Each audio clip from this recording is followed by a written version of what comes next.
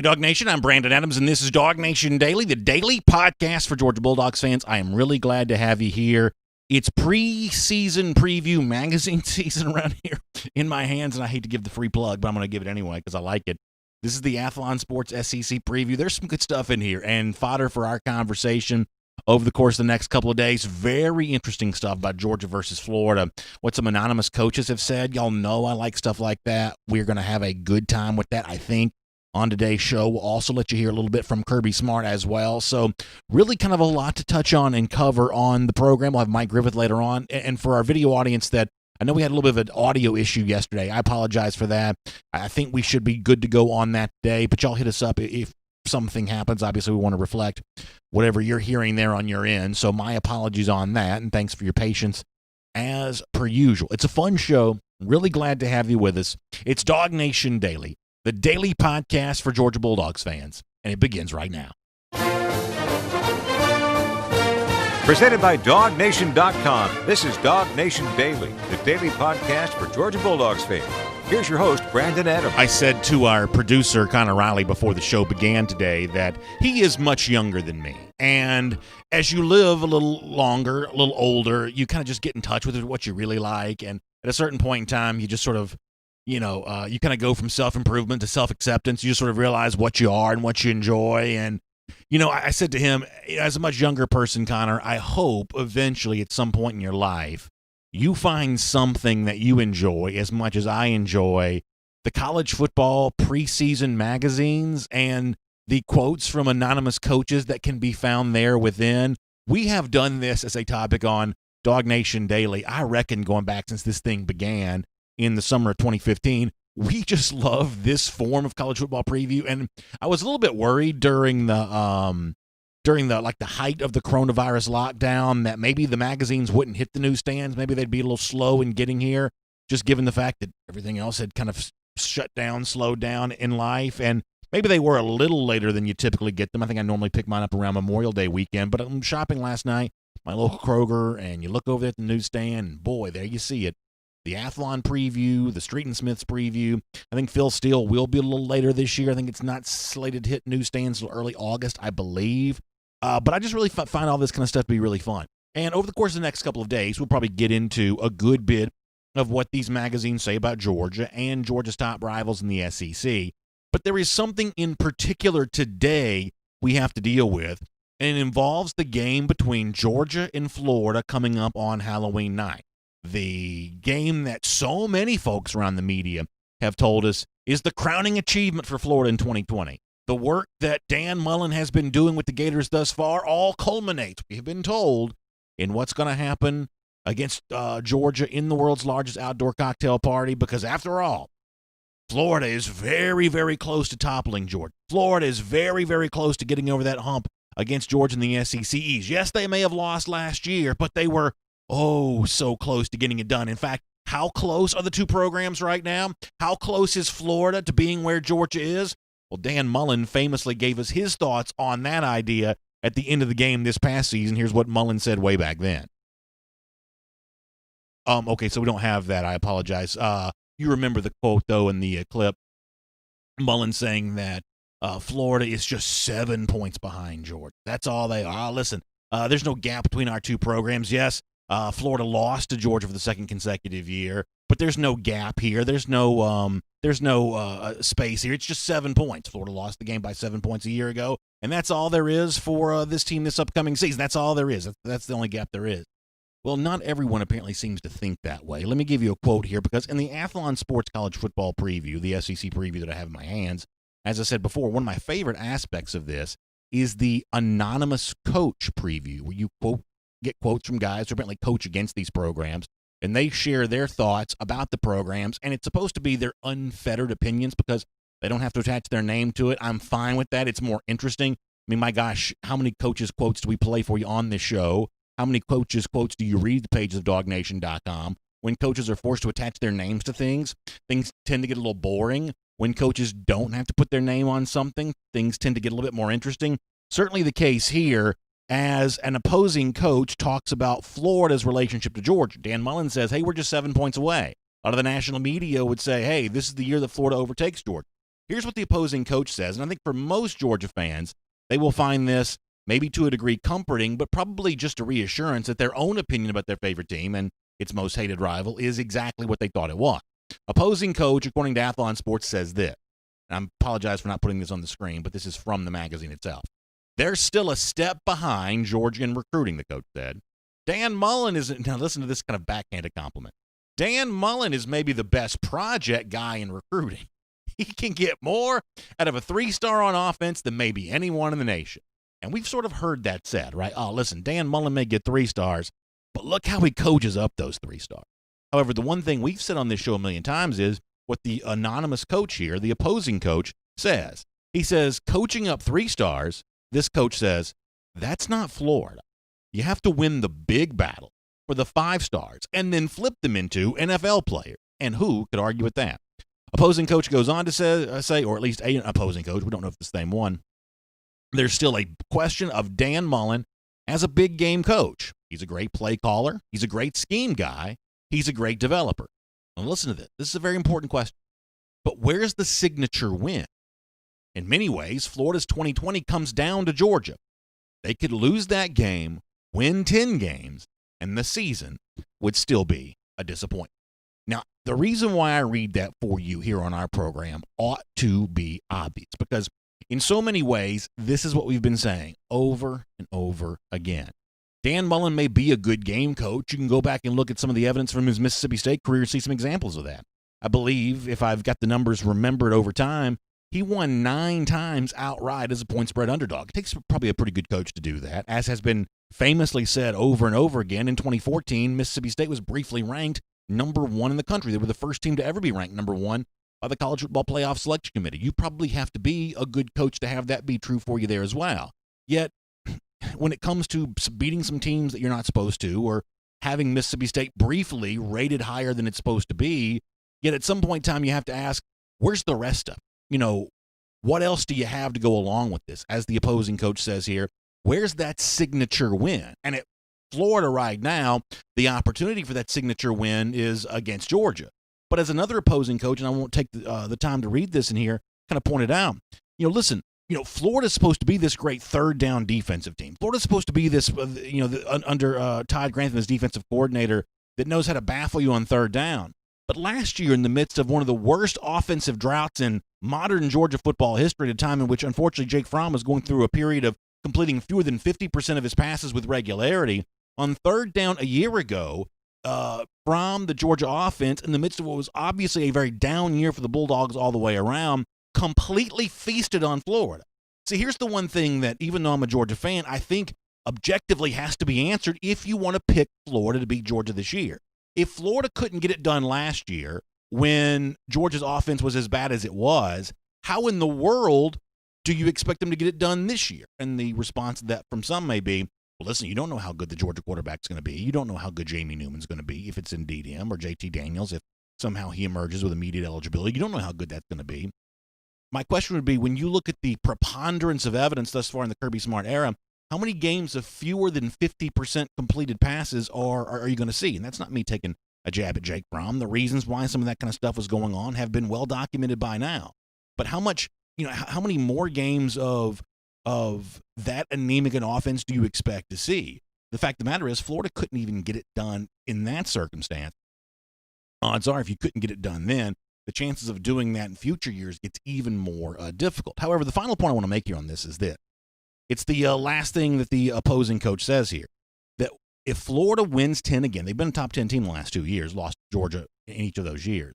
If that same scenario replicates itself this year, top 10 once again, but Georgia loses to Florida again, here's where I think things get really fun and really interesting. And we've said this before. One of the reasons why, there's really probably 2 reasons why we don't get too upset when media types pick Florida. And by the way, this Athlon magazine picks Florida to win the SEC East there as well. But there's 2 reasons why we don't get mad when that happens. First of all, we kind of understand around here that all of this is just a game. All of this is just, hey, what's the most interesting opinion I can put out there? And for the same team that's won the East 3 years in a row, picking that team to do that for a 4th year in a row is not very interesting. If the results reversed, if Florida had won the East the last 3 years, there'd be a huge groundswell to make the case for Georgia. The fact that it's Georgia who's been on top, obviously there's going to be a huge groundswell for Florida. There is just a market in the hole there when it comes to something along those lines. And then the next thing is this, the reason why we don't get too upset about this. Because as someone who does not make any bones about the fact that I enjoy being a Gator hater, as a UGA fan, I like to see my team do well. I love to see Florida not doing well. Well, imagine the pain that's coming the way of Dan Mullen if in a season that's supposed to build up to him having the better offense, him maybe even having the better team, him having the better quarterback, him proving that the expertise that he's been cultivating on the offensive side of the ball for all these years, this is supposed to be the year when all of that comes to fruition. But what if it doesn't? It's not going to be me saying, see, I told you so. It's not going to be the national media saying, well, I guess we may have been wrong. The folks will have the stage, and the folks whose opinion are going to matter at that point in time are going to be the Florida fans themselves. And won't it be fun to watch them turn on their own if all this hype and all this promise and all of these predictions end up not being true? If you want to see Florida in a bad way, let some of the talk that's been out there about this program thus far not come true. Watch what the Gators fans say after that. My name is Brandon Adams, and this is DawgNation Daily, the daily podcast for Georgia Bulldogs fans. Hello to you, and thanks for being with us no matter how you get to us today. Live on video, 10 a.m., DawgNation Facebook, YouTube, coming soon again on Twitter there as well. Radio at noon on Athens Sports Radio 960 The Ref, and as a podcast, wherever you find them, including the world-famous DawgNation.com. We are really glad to have you with us here today. We'll have Mike Griffith coming up in just a couple of minutes. We'll hear from Georgia coach Kirby Smart on an important topic here coming up in a couple of minutes as well. I also want to remind you that big doings tonight on the DawgNation video channels as well. It's Before the Hedges presented by Kroger tonight at 6 p.m. It's been a busy run for Georgia in recruiting as of late. Adding Dylan Fairchild on Saturday, the aftermath of how JT Daniels' arrival as a transfer continues to impact Georgia's recruiting. Jeff Sintel will have all of that for you tonight on Before the Hedges presented by Kroger. And by the way, speaking of Kroger, when you're thinking about graduation parties, and this is a time in which, in a socially distant, responsible way, people are kind of still thinking about doing that kind of stuff. Well, Kroger's got you covered for your graduation celebrations, whether it be for the meal. You can get 8-piece fried or baked chicken. That's 2 for $10. Party platters that start at $19.99.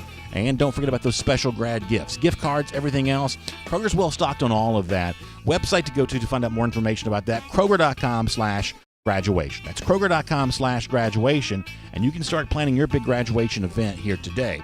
We have a great show for you planned, as I said before. A couple of really good things coming up on Kirby Smart on today's program. Later on, we'll hear some audio from Kirby last week on the topic of Georgia's preparations for the upcoming season and, what is possible just given the fact that you had no spring practice. This is actually really good stuff from Kirby. We'll do that a bit later on.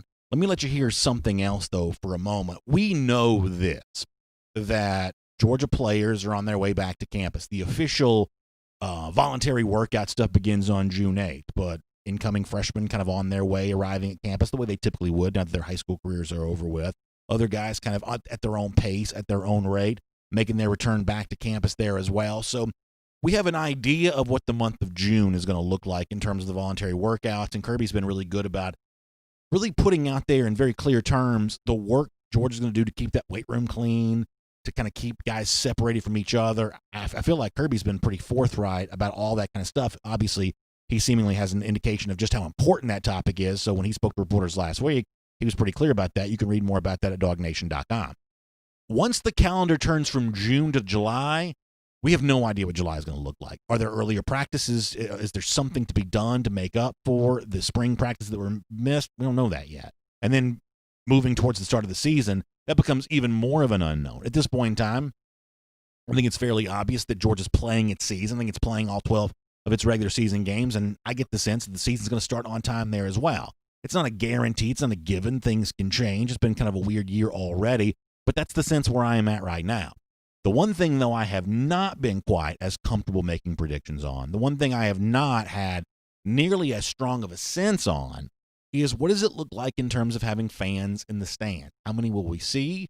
What's the feeling going to be in Sanford Stadium or Mercedes-Benz Stadium for week one or any of these other venues as well? Kirby Smart was also asked about that last week, and as you might imagine, forthright on how Georgia's handling its situation with players right now, not quite so willing to speculate on what it may look like with fans come the fall. Here is Kirby Smart on an important topic. I'm not going to voice an opinion one way or the other because it really boils down to one thing. What the experts, infectious disease people, scientists, what they come up with that is safe, because ultimately that decision is going to boil down to what makes a person feel safe. And a lot of it has to do with the choice and decision of each and every fan and the well-being of our fans, as well as our players and our staff.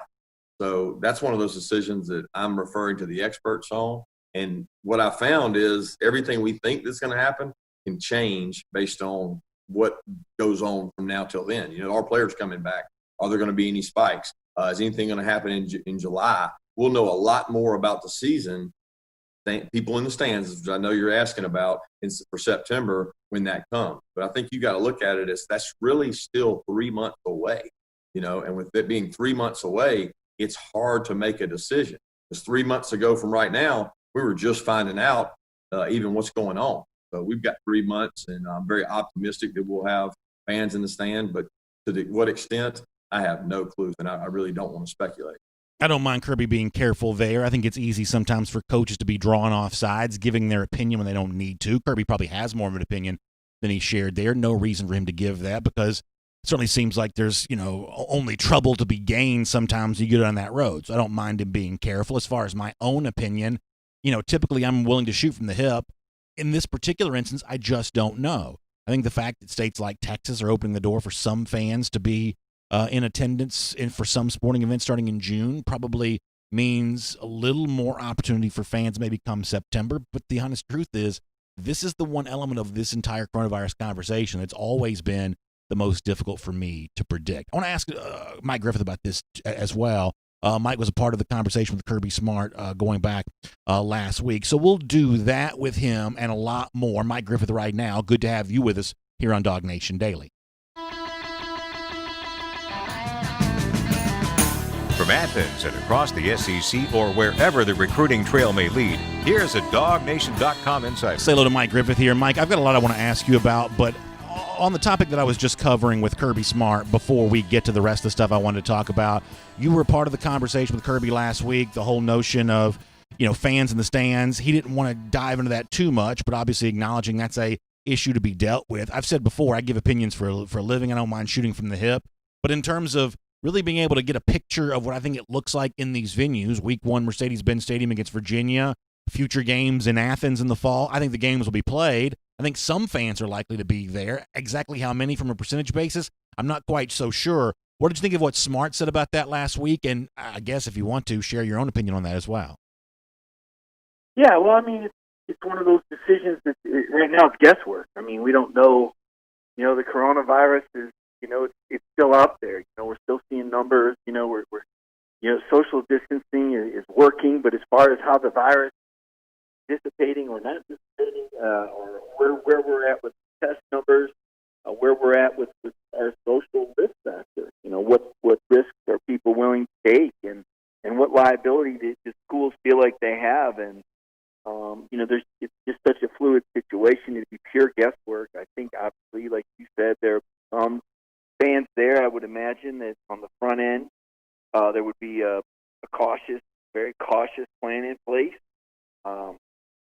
Try to get, in addition to the players, I mean, you'd like to think that their parents could be at the games in some form or fashion. You'd like to think that students from the school, a representation of schools, you'd like to think that, major donors, that are responsible for building the buildings and helping the program develop, those are, to me, those are the priorities, the parents, students, and the major donors. Those are the people that are the most involved, and then the fans, to some degree. How do you put them in? And so I would say a very conservative plan at the onset. I know that there's many different provisions being worked on by UGA.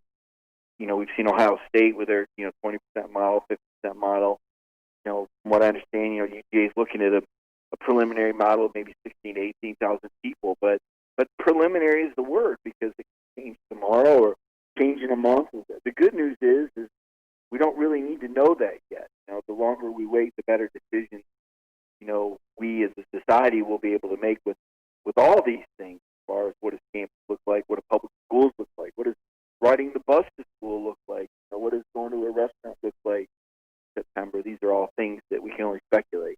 So you and I talked about the JT Daniels rival, to change the subject here for a moment. We talked about that Thursday as part of our Cover 4 broadcast, and I guess I was a little surprised by your take on that if Daniels is eligible for the upcoming season, it seems like you think he would be and I don't want to put words in your mouth, I'm going to give you the floor to say what you want to say, but based on what we said on Thursday, it seems like you were expecting Daniels to overtake Jamie Newman as the starting quarterback if he is ruled eligible this upcoming season. Let me let you kind of lay your opinion out as a way of starting that conversation here on our program after the arrival of JT Daniels announced last Thursday. Yeah, I think he'd compete. I don't know how Jamie Newman would respond. I don't know how the offense would look.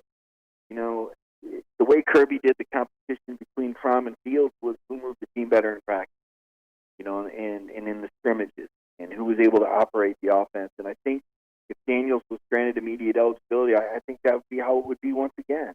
You know, I think he would lean towards Daniels or Jamie Newman because of their game experience.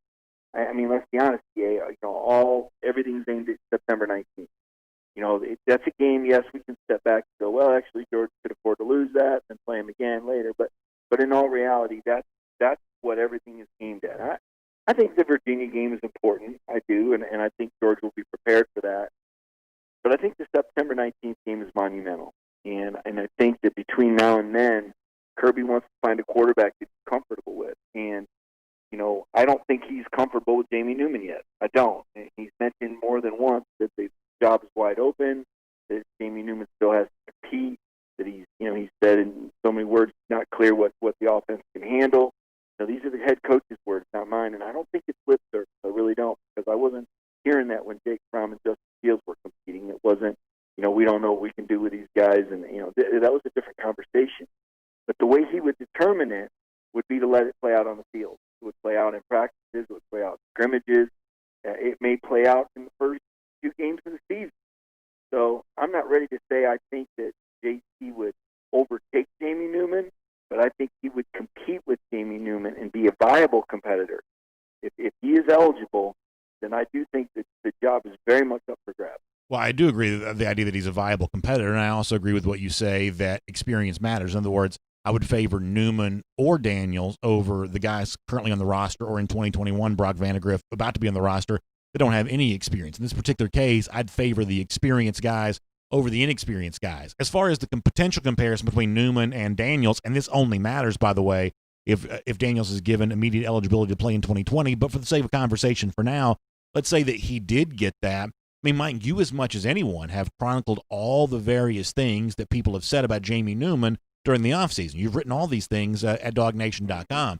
And even if we take for a moment and discount what Pro Football Focus said, no disrespect to them, but sometimes those numbers can be a little bit difficult to quantify exactly what they mean. And after all, not everyone that's gotten the seal of approval from Pro Football Focus is going on to have a great season. Jared Garantano last year is an example of that. So even if we discount the Pro Football Focus stuff on Newman for a moment and just look at what other people have attached their name to, their opinion, David Pollack saying he'll be a first-round pick as a for instance on this. I guess my thought here, Mike, is I'm going to assume that not all of those people are wrong about Newman. Not saying that he will be a first-round pick or he will be a Heisman finalist, but for every single person who has said they like what this young man brings to the table, by the way, predating his announcement that he was coming to Georgia, so you can't necessarily connect this to typical Georgia hype because a lot of people were saying things like this before Newman even announced that he was coming to Georgia. I guess I'm going to assume that not every single one of those people are wrong just because a new quarterback has shown up on UGA's campus. How do you respond to that? I think that's right, and I think Jamie Newman. You look at him; he's 6'4", 230. He's got a big arm. He's got good mobility. I mean, he fits the mold. But what really matters right now is what does Kirby Smart, Todd Monken, and Matt Luke think about him, and how has he done in the Georgia program? What does the weightlifting room look like? What did it look like when he competed? As I wrote last week, there was more than one person that said that Duan Mathis looked as good or better throwing the football than Jamie Newman. Now, that's not playing in a football game. That's not in pads. That's not on the clock with an opponent. That's playing 7-on-7 and throwing the football. And maybe Duan Mathis is the future person. I don't know, how to. But when I put that information that Duan Mathis was competing with him in the 7-on-7 and looked better than anybody else throwing the ball, according to 3 different people that would know, that brings questions to mind. And then, as you pointed out, well, how could Jamie Newman have really proved himself to this point? spring football session. There wasn't a G-Day game. So, we're reduced to, hearsay about Zoom meetings. We're reduced to hearsay about, who's been working out the best and what little we've seen on social media of people throwing the football at high school fields. So there's a lot of gray area there. There's a lot of room for me to be absolutely wrong and Jamie Newman to be 150% the guy, and there's a lot of room for Jamie Newman to be busting out and Kirby Smart making this decision because he's not happy with Jamie. We don't know because, as you said, as you pointed out last Thursday, there isn't any public gauge here. So what's happening behind those closed doors? Why would Kirby Smart take another quarterback when Georgia seemingly seems so set with Carson Beck and Duan Mathis and Vandergrift? Why would you add another log on the fire, as I said last Thursday? So start to think, and that was Hudson Mason at that point. He's not surprised J.T. Daniels wants to come to Georgia. He's surprised Georgia would want J.T. Daniels with what seemingly was a very good quarterback situation. So, I put that together with other information, and I say, you know what? What I know about Kirby Smart is he's a win-now guy. That's just who he is, and he says what he means. And he's said enough about the quarterback situation to make me start to wonder just how comfortable they are with Jamie Newman. It's going to play out. Doesn't matter what we think. Doesn't matter what we've heard. Bottom line is J.T. Daniels is on campus and eligible. He will compete for the job, and I don't rule anything out if he's a competitor for the job this year. Well, I agree with you on that. I want to ask one more question on this just to kind of clarify, and then we'll move on. Don't agree with you. I don't disagree with you that he's a competitor. I don't disagree with you that nothing should be ruled out. You're completely right. But is it your assertion on the basis of your reporting that Georgia's disappointed with what they've seen from Newman so far? I don't know if disappointed is the right word as much as not content. I mean, there's no margin for error. You've been around this program a long time, BA. It's interesting. I just hung up the phone with Dean Stallings, and I was asking him about rivalry. He said to be accepted at the University of Alabama, you got to beat Auburn, you got to beat Tennessee, you got to win a national championship. And I just thought to myself, you know what? That's where Kirby Smart's at. He's got to beat Florida, he's got to beat Tennessee, he's got to beat Auburn, and he's got to win a national championship. And I think every day he gets up with that in mind. And I think that's why J.T. Daniels is a part of Georgia football right now, whether it's 2020, whether it's 2021. I don't think Kirby's ever satisfied, and he said that. So I don't know if I'd use the word disappointed so much as not content with where it's at. I don't think they're content with Jamie Newman. If you want to know my personal opinion, I don't think Jamie Newman's done enough to impress his coaches at this point. That's my opinion on it at this point.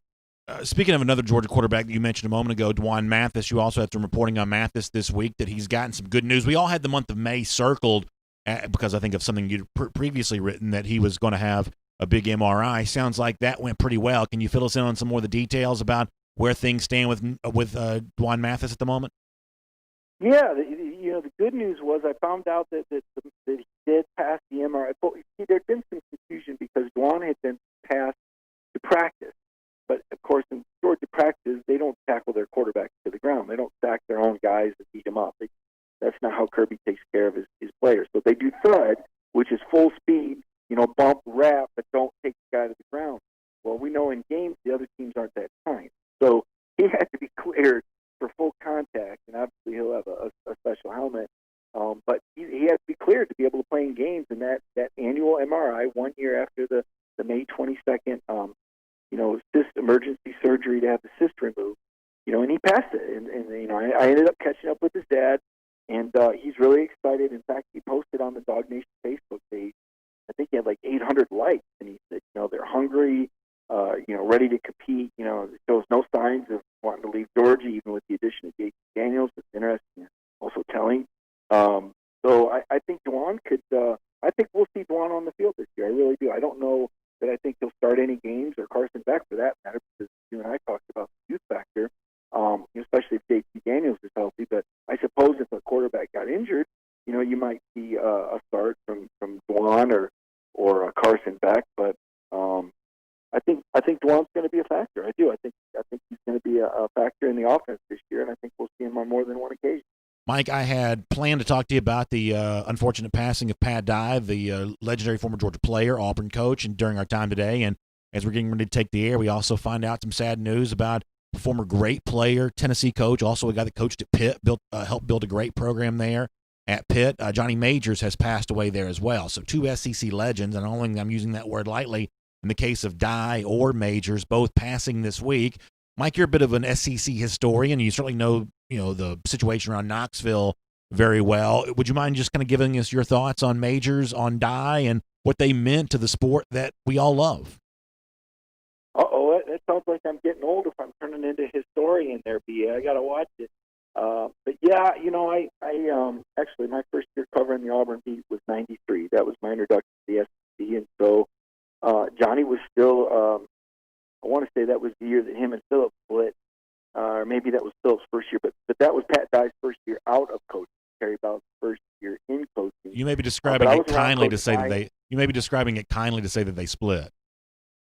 Well, it was certainly that may be a different story for a different day. It'll be interesting to see how people tap dance around that. I mean, because the reality is that Coach Majors, he was, listen, he was a great man. He was a Heisman Trophy candidate. Should have won the Heisman Trophy. You think Peyton Manning, got robbed? Johnny Majors really got robbed. Go back and look at the year that the Notre Dame player won. I think they had a losing record. And the guy still won it over Johnny, and he didn't really complain about that though. So first of all, he was a legendary football player. He was an all-time great as a player and in the Hall of Fame for that. I believe he's in the Hall of Fame as a coach and a player. And of course, you know what he did at Pitt. But Tennessee is what Georgia fans know him best for. He's a fiery competitor. He's a compassionate man. I interviewed him several times. Certainly a legend, as you said. There was always a little bit of bitterness there about the way that he was no longer the coach at Tennessee. Doug Dickey replaced him with Philip Fulmer. I think that was against his wishes. Johnny played a role up at Pitt. He continued his relationship up there with those people, but he was always celebrated in Tennessee. He had a home in Crossville, about 45 minutes away from Knoxville. But a gentleman, a great football mind, helped put that Tennessee program in a place where Philip Fulmer, could accelerate it. I don't know. I don't know. I don't want to throw a Mark Richt comparison out there, but it's sort of like that, I guess, a little bit. Kirby kind of took over a program in a good place, and has done a lot with it. Just Philip did, culminating with the '98 title. And Pat Dye is a guy I've talked a lot to too. In fact, I have a story. I'd interviewed Coach Dye. I saved my quotes. I've got the audio file, and when was I going to write it, and how was I going to write it? He had strong feelings about. I'll just tell you, he had strong feelings about Jacksonville. And we're going to read. You're going to read what he said, because Pat Dye, part of his legend at Auburn, and we all think of Bo Jackson and things like that, but part of his legend at Auburn was getting that game out of Birmingham and putting it on the Auburn campus. And he felt like Auburn reaped great benefits from that. So obviously, he, as a Georgia player, he played in Jacksonville. He's actually in the Hall of Fame there. And yet still, he has contention. So, both of those men, though, Johnny Majors and Pat Dye, they were, the trailblazers. They were legends at their schools. I mean, they were what we all aspire to be. They were the best at what they did. And, days like today, you honor those guys' memory and you appreciate respect. And there's a lot of that going on right now. We're all pretty introspective about a lot of things that we're thinking about, BA. I think when you look back at some of these guys, and I'll finish with this, there's a way of looking at the SEC now, and at least in terms of the coaches, it's sort of getting less interesting. A lot of the coaches are very similar, kind of cut from the same cloth. They're all business. And from an attitude perspective, that works well in terms of producing winners and things like that. But when you hear some of the old stories, and a lot of, this week has been devoted to some of these old stories, and I'm sure we're going to hear even more about Coach Majors there as well, you get the sense that over the course of time, as the sport becomes more efficient, the coaches who produce the sport become a little less interesting, maybe? Well, I think you got a great point. Well, they were former players. I mean, I think Will Muschamp and Kirby Smarter are two fascinating, coaches, because they're former players. They got stories. When Will and Kirby get together, I mean, those guys are a blast. I mean, you saw the video. I mean, they're fun. I mean, when you talk, and Johnny Majors Gene Stallings was a former player, and Pat Dye was these kids, heck, throw Ray Goff. Ray Goff was an SEC player. There were personalities, and now you just don't. And the other thing, something Coach Stallings told me was, he used to eat lunch in in Nashville with Johnny Majors every year when they recruited. They were, both on different coaching staff. I think Johnny was at Mississippi State and Coach Stallings was an assistant coach, Bryant. But they don't have that time anymore. That you don't have that down. I mean, even just think about our business. I mean, I remember when you'd file your story at 7 or 8, you'd go out to dinner with the other beat writers, and now it's 24/7. You got 2 more stories to get up tonight, 2 to get ready for the morning, because we've got a fan base on DawgNation. We can't beat all these dogs, and we got some fans. We can't beat them enough. They can't get enough BA on DawgNation Daily or Connor on Good Day UGA or Centel's Intel. I mean, and it's like that for coaches. The recruiting calendar is such they don't have time to take a few hours and meet another coach for dinner and tell stories. So I think you're absolutely right. 1, about the personalities, but 2, they don't have as many stories to tell. Their stories getting on a jet and flying across the country to recruit a kid and flying back and getting ready to practice the next day. All right, Mike, it's good to have you on our program here today. Thanks for being here on DawgNation Daily. We'll look forward to reading a bunch from you at DawgNation.com. Catching it with you back here on DawgNation Daily again very soon there as well. Great stuff. Thanks, BA. Let's take a look around the rest of the league. This is SEC Through. There's a fairly well-known Twitter account, and the whole purpose of the account is it decides if other tweets are art or not. This is kind of an inside joke.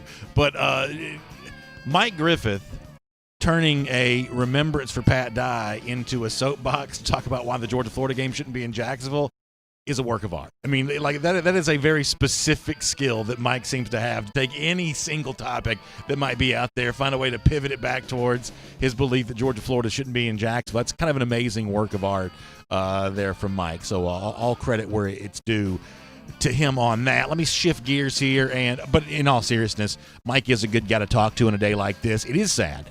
Johnny Majors, another one of those guys that I grew up, seeing my team play a little bit against.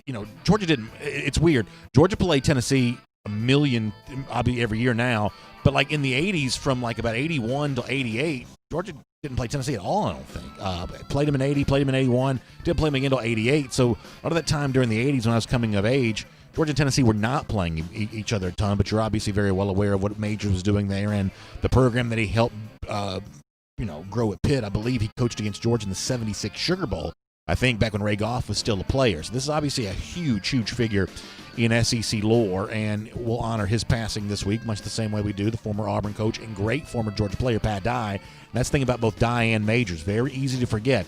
Both really, really good players. All right, let me shift gears. ESPN's doing the fun stuff, just the same way I like the preseason magazines. I started the show by talking about those. I also like the series of articles that ESPN typically does. Most of this is online for its upcoming season preview. Connor actually wrote about something that ESPN had up this week about the 3 big questions remaining for Georgia for the upcoming season. And I want to kind of say about this in relationship to the rest of the SEC for a moment. Let me give you the 3 questions. I'm going to explain to you why you can whittle them down to actually 2 points. So, Bill Connelly, ESPN, the writer, Connor Riley kind of chronicles this at DawgNation.com. Does Jamie Newman live up to the hype? Does another wide receiver emerge? Does the havoc rate continue to grow for Georgia? By the way, havoc rate, sacks, tackles for loss, turnovers, that's the kind of thing that's havoc rate related. We talked a lot about that back during last spring, as a for instance. I think you can take all 3 of those ideas, and I think you can do what I've done on this show a lot. It's not 3 questions facing Georgia. It's 2 issues that determine a national championship. In fact, around this time a year ago, you can probably go back and find, and all these shows are still available on the video platforms, podcast platform, everything else. You can go back and find what I said. It comes down to 2 things. Explosive plays on offense, havoc plays on defense. Are you putting up the big home run style plays offensively, and are you creating enough negative plays defensively to negate what other teams are doing? That is 100% the issue between Georgia winning a national championship and coming up just short. Yes, Jamie Newman, I assume he'll be the starting quarterback in 2020. That's my operating assumption for now. He factors into that. Another receiver to go along, Pickens, factors into that. Also assuming Dominic Blaylock's healthy. All of those things are factors that go into that. The running game finding its footing minus DeAndre Swift, but ultimately it kind of whittles down to this. Georgia didn't have enough explosive plays offensively a year ago. And at a certain point, if you're not explosive, you're not going to be efficient either, because all of a sudden defenses just aren't scared of you anymore. That's obviously what we saw, face Georgia a year ago. That need for more explosive plays, that need to create more sacks and tackles for loss, a really great secondary, the ability to limit other teams' yards and points. At a certain point in time, that stops to mean as much if you aren't using that to get aggressive, using that to get after people behind the line of scrimmage, because the Georgia-LSU game from the SEC Championship is such a template on all of this kind of stuff. Football is fundamentally unfair. If I have the best defense, and if I stop you once, twice, 3 times, but then your next play is an explosive play, and we keep that pattern going up over the entirety of the game, not only am I going to lose, even though I'm beating you 3 plays out of 4, I'm probably going to lose badly because of how valuable explosive plays are offensively. Unfortunately, the Georgia-LSU game from a year ago is the perfect example of that. Let me make one more final point on all of this, though. The need to improve with your explosive plays, the need to improve with your negative defensive plays, your havoc rate, your sacks, your tackles for loss, that's not necessarily the recipe for winning the SEC. When it comes to beating teams like Tennessee and South Carolina, even though the Gamecocks beat Georgia a year ago, and Florida, who most people have as a top 10 team and some people think is better than Georgia. Ultimately, the point we made to begin the show is still the one that matters the most here. Georgia's overall talent advantage, the same one that the opposing coach noticed in the quotes that I read you from the beginning of the show, that's still ultimately the thing that gives Georgia the edge over the rest of the SEC East. But at a certain point in time, once you emerge from your division, and I believe that Georgia will again this season, once you emerge in your division where you've been kind of the bully against less talented teams, eventually you find yourself in a fair fight. You may find yourself in a fair fight versus Alabama in the SEC Championship. You may find yourself in a fair fight against teams in the college football playoff. When you get into a fair fight against teams that have even competition, the thing that decides almost all of those games, it's not the smartest coach. It's simply who can produce the more explosive plays offensively, who can produce the more negative or we call havoc-style plays defensively. Those are the 2 big issues facing every team, but it especially faces Georgia because those 2 issues, as identified by the 3 questions at ESPN.com, those 2 issues are the reason that Georgia up to this point in time hasn't yet won a national championship under Kirby Smart. So we'll see how it plays out this year. Here on DawgNation Daily, speaking of Smart, let me turn my attention back to him. Played some interesting audio earlier in the show on Smart's lack of feeling on whether there'll be fans in the stands or not. He doesn't want to take that. That's a landmine. There's so many knuckleheads in the media really ready to pounce on you if you say, the unorthodox thing. So he's going to smartly be careful with something like that. However, was a little more forthright on the idea of what you can expect offensively from Georgia this season, what you can expect in terms of how much experience matters. These are actually good questions that Mike Griffith asked during the press conference last week. Coach, because you didn't have spring practice, new offensive coordinator, new quarterback, how much of this can you install? How different does that make your offense look? And just how much does having guys on defense that have played before, how much does that help you? I thought Smart gave some good stuff on that, so much so that I broke into 2 clips. Let me give you the first one on Kirby Smart on the idea of bringing back players who've played before. I think experience is probably magnified in this season, this setting, more so than ever before, because experience is so valuable when you don't get practice. And we've obviously been shortened in terms of spring practice, in terms of meetings, in terms of summer conditioning, we're already being shortened. So a lot of those things have shortened us, and we'll have to be wise in decisions. Got to be smart. And that's no different than any other year. You can have too much offense and too much defense and too much special teams, and then you can have not enough. And our job as coaches is to try to determine what that volume is.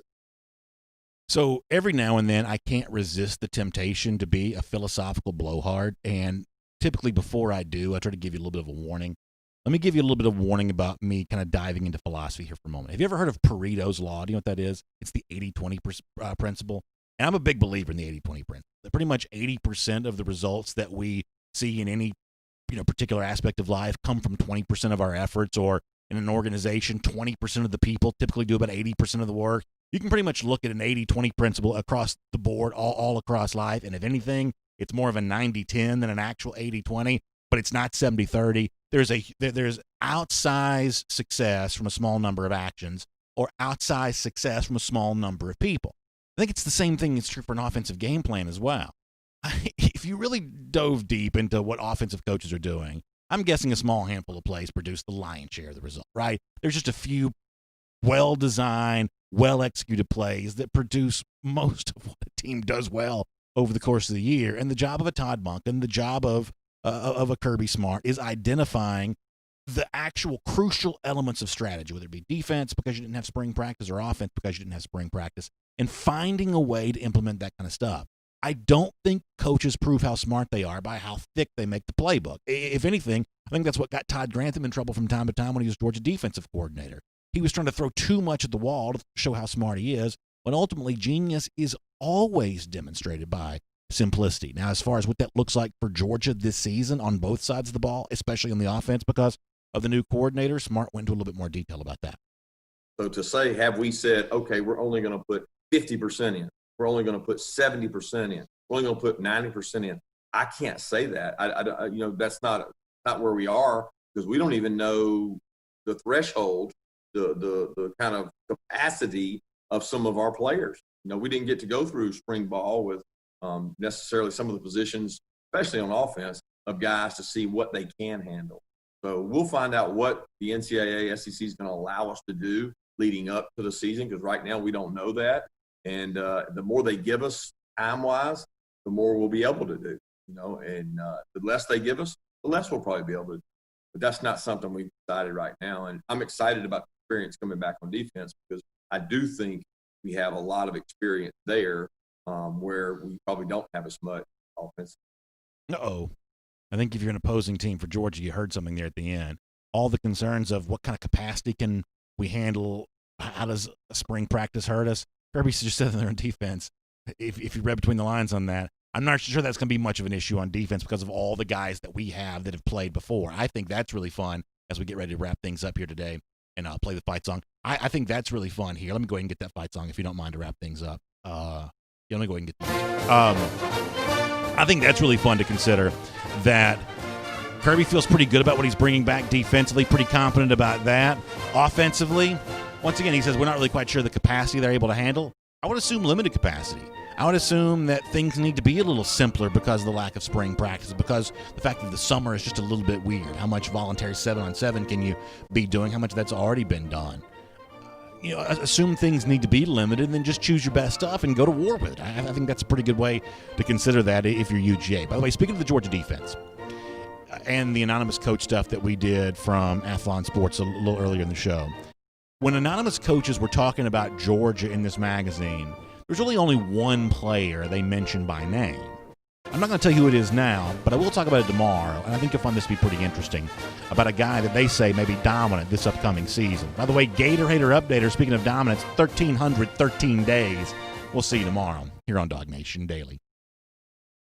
And on video. A little late today. I guess we started a little late today, first time in a while. So I got to be quick with comments because I got a lunch date at Marlowe's Tavern today, so I'm looking forward to that. So I got to apologize for getting out of here, but we're going to have to do it in a minute. So let me try to do 5 really good minutes worth of comments. Then after that, we've got to roll on out the door. Pulled up. R.S. Andrews, cool down, by the way.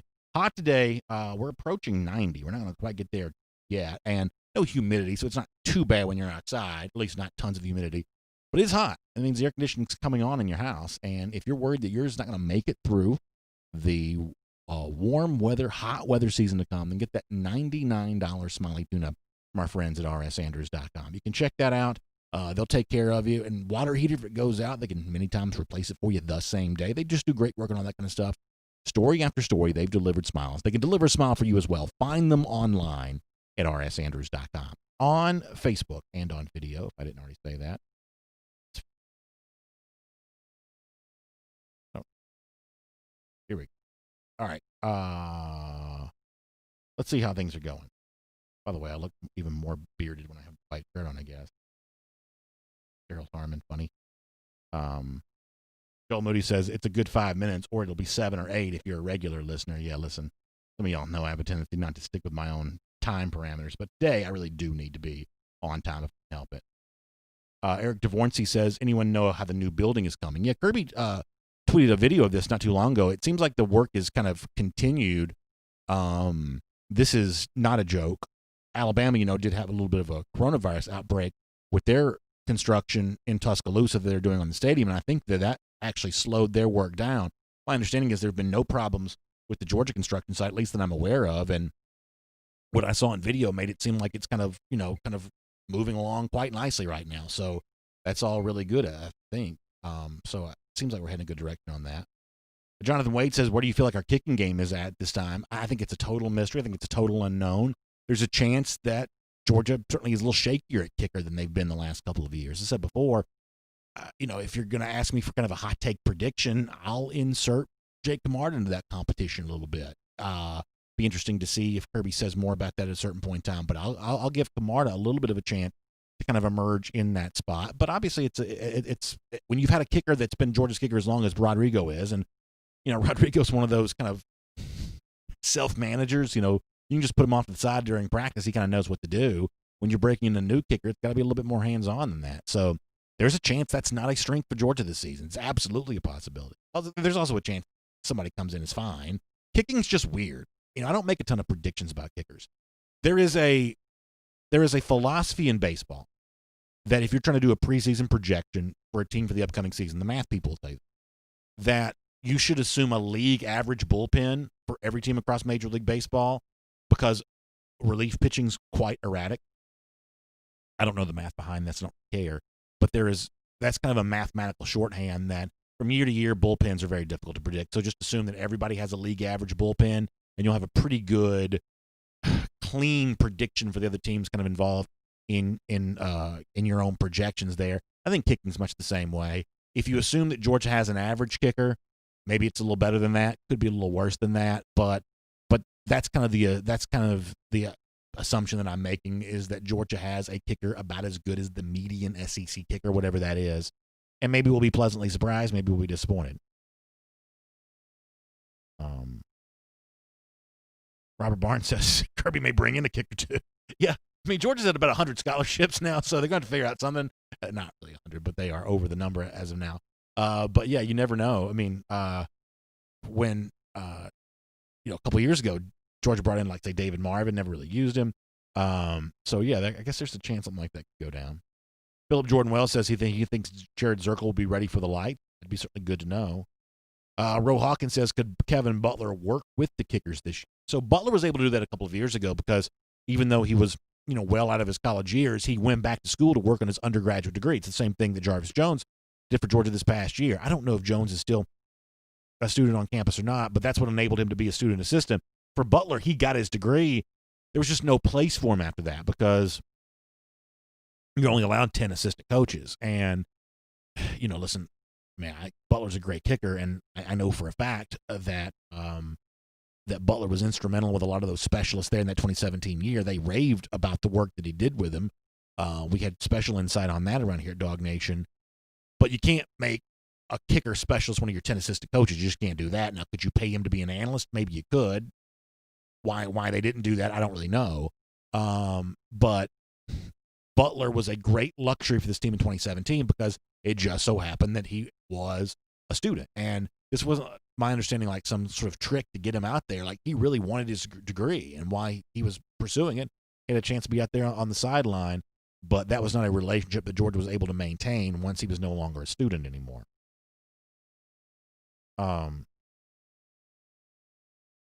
Brock Jones asks a good question. Is Lewis seen a lot, or is there a chance Tyson Campbell's at safety? I know that Jeff Sentell, going back when Campbell was a recruit, said that he thought Campbell would eventually land at safety. I'm not going to pretend to be a scout here, talent evaluator, but at the early portion of the season, back when Tyson was healthy, I thought he was playing well at cornerback. I really did. And I think that when you have a guy like Campbell that you can successfully play at cornerback, you're getting your highest, best use out of him. And so from a fan standpoint, I root for Campbell to remain at cornerback because I think that's what you want your cornerbacks to look like. And from an evaluation standpoint, before the injury from Campbell a year ago, back when he was, on the field regularly, I didn't see anything from him at the time that made me think that he needed to be moved off the cornerback position, especially, my gosh, Scene's got his own, fan club with good reason. Brad Hotnett says he thinks that Kevin needs an advanced degree. I don't know if it works the same way for master's degrees. That's a good question. I don't have any idea about that whatsoever. But that is kind of a good point. maybe you'll get some sort of doctorate in philosophy or something like that and just kind of keep hanging around the program for a while.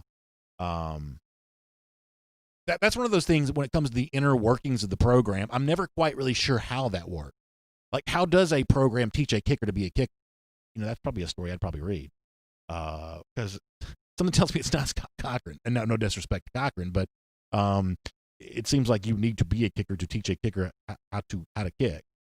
I'd probably read that story. Frank Patterson says, how much game do you think Keely Ringo will get this year? I saw he was working out with some NFL studs. Yeah, he was. And he himself has the look of a future NFL stud, too. I think the Georgia secondary is really deep. And look, not every 5-star is going to have the 5-star season, right?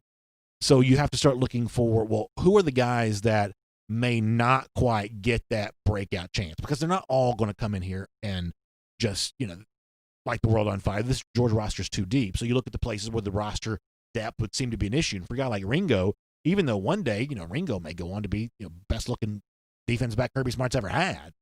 Certainly if that happened, you wouldn't be surprised, just given the look that he has coming out of high school. I think Campbell can play. I know Stokes can play. By the end of the year, I'd grown to be pretty happy with DJ Daniel, even though it wasn't a perfect season when he was on the field. And by the way, JT Daniels, DJ Daniel, I'm going to mess that up a million times, but you know who I'm talking about when I say DJ Daniel. Tyreek Stevenson, my gosh, that's another guy. By the end of the year, it was kind of getting hard to keep him off the field. So does Keely Ringo come in and leapfrog one of those guys? Maybe he does, but you're going to have to tell me which one to make that prediction. So of the 5-star guys whose path may be a little slower, I might put Ringo in that category. It's also fair to point out, though, that I was wrong about this a year ago. When I am wrong, I try to point it out openly and freely. I would have said the same thing about Trayvon Walker a year ago. Go back to these R.S. Andrews cool-down conversations last year when I was saying, hey, brightest prospect on the roster may be Trayvon Walker, but don't expect much year one. Well, the truth is Trayvon Walker was a year one player for Georgia. He was kind of a third down specialist early in the season. By the end of the year, he was just on the field a lot. He's probably one of the better players in the Georgia roster by the end of the last season, because eventually that's what he was going to be, and he just sort of became that. Even though defensive line's on the place that you typically expect freshmen to just kind of be really good, Walker was a guy you had no problem playing as a freshman a year ago. So I was wrong about Walker. I may be wrong about Ringo. My statement about Ringo, though, is that while his success at Georgia will eventually be robust, maybe it's tough to ask that from year one because of how deep the secondary is. All right, sure enough, we've gone past 11. Let me just do a couple more. We'll get ready to go.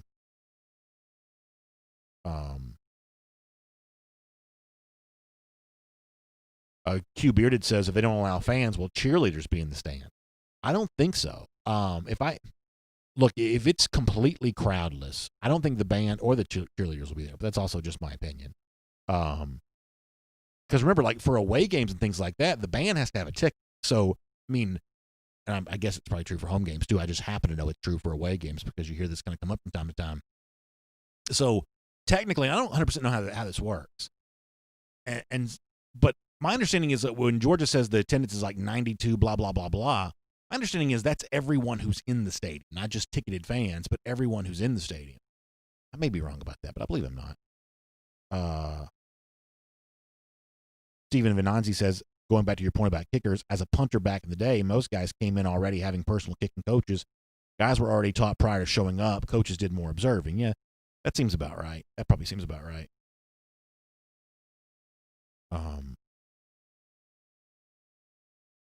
Green Soldier on the subject of Joe Brady and Joe Burrow working together. Christy says that Florida's going to have stuffed animals in the stands. I could see that. I could probably see that for sure.